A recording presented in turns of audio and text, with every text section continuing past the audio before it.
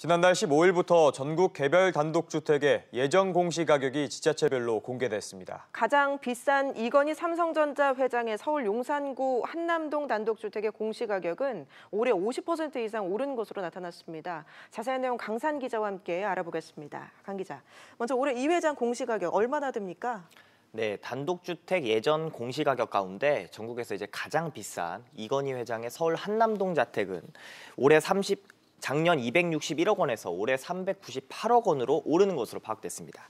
이 집은 작년에는 전년 대비 15.3%, 40억 원 올랐으나 올해에는 주변 초고가 표준 단독주택과 보조를 맞춰서 50%가 넘는 상승률을 기록했습니다.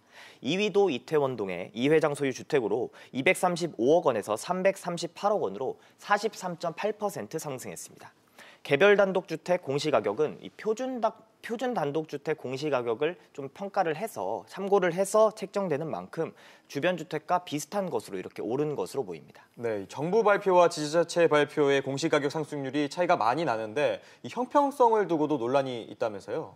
네, 형평성 논란이 나오고 있는데요.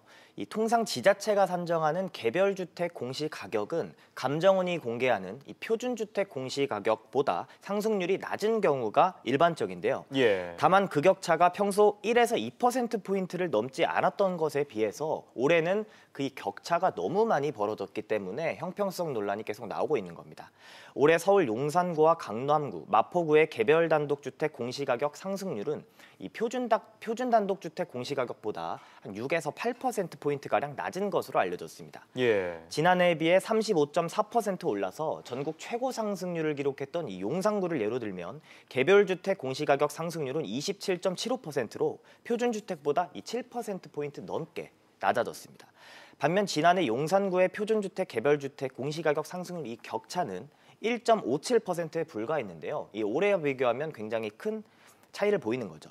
표준주택 상승률이 35%로 전체 2위였던 강남구는 올해 개별주택 공시가격 상승률을 29%로 표준주택보다 6%포인트 낮아졌습니다. 네, 올해 상승률 격차가 왜 이렇게 커진 건가요? 이 공시가격이 급격하게 오르면서 지자체가 이 주민들의 반발, 이의 신청을 좀 감안했다라는 것으로 보일 수가 있는데요. 올해 표준단독주택 공시가격에 접수된 이의 신청은 431건으로 지난해에 비해서 10배가 늘었습니다. 2015년 10건에 불과하던 이의 신청 건수는 2017년에는 27건, 지난해에는 43건 이렇게 급증했는데요. 쉽게 말해서 공시가격이 크게 오르면 주민들의 세부담이 급격하게 늘어나기 때문에 자치구도 이를 고려했다 이렇게 해석할 수가 있습니다. 올해 초 서울 서초구와 강남구, 종로, 동작, 성동구 등 서울의 5개 구청은 세종시 국토부 청사를 직접 방문해서 공시가격 하향 조정을 요청하기도 했습니다. 그렇군요. 좀 다른 이야기도 해보죠. 이 관절염 치료 신약인 인보사 K주의 유통과 판매가 중단됐다면서요? 네, 식품의약품안전처는 어제 이 코오롱 생명과학의 인보사 제조와 판매 중지를 요청했다고 이렇게 밝혔습니다.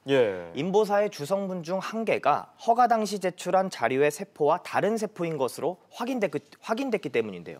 인보사는 우리나라가 개발한 세계 첫 골관절염 유전자 치료제입니다. 국내에서는 판매가 됐고 미국에서는 임상 3상이 현재 진행 중입니다.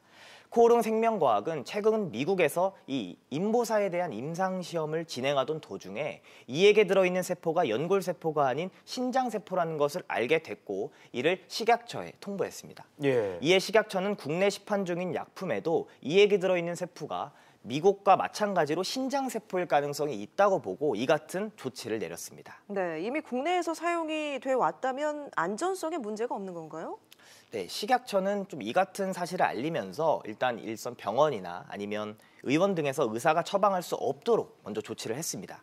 식약처와 코오롱 생명과학에 따르면 아직까지는 이 약품의 안전성 측면에선 큰 우려가 없을 것으로 보입니다. 최초 임상시험 이후 11년 동안 보고된 102건의 이상 사례 중에서 안전성을 의심할 만한 심각한 수준의 부작용은 없었다고 이렇게 식약처가 밝혔습니다. 하지만 환자 입장에서는 우려가 커질 수 있는 만큼 향후에 정밀한 원인 조사가 필요할 것으로 보입니다. 또 당분간 해외 진출은 제동이 걸릴 것으로 예상이 됩니다. 네, 알겠습니다. 강 기자 잘 들었습니다.